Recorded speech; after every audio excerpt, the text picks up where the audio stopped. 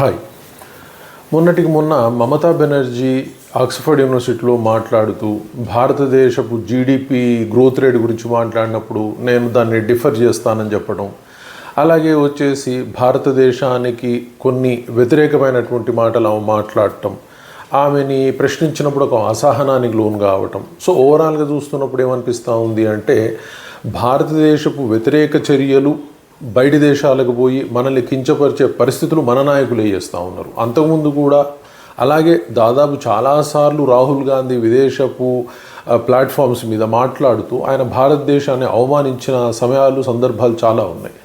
కాకపోతే ఇక్కడ ఒక తప్పేం కనిపిస్తూ ఉందంటే ఏ విదేశీ నాయకుడు వచ్చి వాళ్ళ దేశాలని మన దేశంలో మన ప్లాట్ఫామ్ల మీద అవమానించంగా మనం చూడలే. కానీ మన నాయకులు మాత్రం విదేశాలకు వెళ్ళి మన దేశాన్ని అవమానించే మాటలు అక్కడ మాట్లాడుతూ ఉంటారు, మన పాలిటిక్స్ గురించి మాట్లాడుతూ ఉంటారు. అంటే వీళ్ళు ఇంకా కూడా బ్రిటిష్ వాళ్ళ పరిపాలనలో బానిసత్వం నెరిపిన లక్షణాలు వీళ్ళు పోగొట్టుకోవట్లేదా?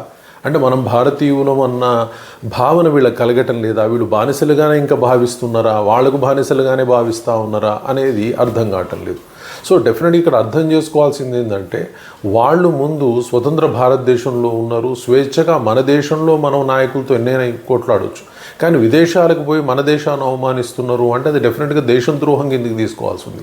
మరి కేంద్ర ప్రభుత్వం ఎందుకు చూడకుండా ఉంటుంది అనేది అర్థం కాదు. ఎందుకంటే వీళ్ళు కొన్ని చట్టాలు తీసుకురావాలి. భారతదేశపు నాయకులు బయటికి పోయినప్పుడు దేశ వ్యతిరేకంగా ఎవరు మాట్లాడినా కూడా క్షమించేది లేదు, శిక్షార్హత ఉంటుంది అని చెప్పి వాళ్ళకి పనిష్మెంట్ ఇస్తే ఇంకోసారి ఇలాంటి లూజ్ టాక్ బయట చేయరు. కానీ అలాంటి పరిస్థితులు ఏర్పడకుండా వీళ్ళ స్థాయిని మించి బయటకు వెళ్ళి దేశం మీద నెగిటివ్గా మాట్లాడినా లేదా ఇక్కడున్న నాయకుల మీద మాట్లాడినా అది సహిస్తున్నా కొద్దీ ఇలాంటివి పెట్టరుగుతూ ఉంటాయి.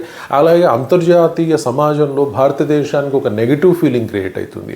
అరే వీళ్ళకే కట్టుబాట్లు సరిగ్గా వీళ్ళకి నీతి నియమాలు ఏమి అని వీళ్ళ నాయకులే చెప్తా ఉన్నారు, సో మరి వీళ్ళు మేము గొప్పవాళ్ళం అని చెప్పుకుంటా ఉన్నారు అన్న ఒక భావన క్రియేట్ చేసినప్పుడు అది మనల్ని చిన్నచూపు చూసినట్టుగా తయారవుతుంది. సో అది సరైన విధానం కాదు. ఇప్పటికైనా సరే ఈ రాహుల్ గాంధీ లాంటి వాడు, ఇంకోటి రాహుల్ గాంధీ మాట్లాడటానికి అర్హత లేదు. ఎందుచేత అంటే ఆయన ప్రతిపక్ష నాయకుడు అంటున్నారు, ముందు ఆయన దేశ పౌరుడా కాదా తేల్చాల్సిన అవసరం ఉంది. ఆ సుప్రీంకోర్టు రెగ్యులేషన్ ఇచ్చిందా చెప్పండి అని చెప్పి ఆ తర్వాత మాట. రెండోది ప్రతిపక్ష నాయకుడు దేశంలో మాట్లాడాలి కానీ విదేశాలకు ఏ విధంగా మాట్లాడుతుంది అనేది అర్థం కాదు.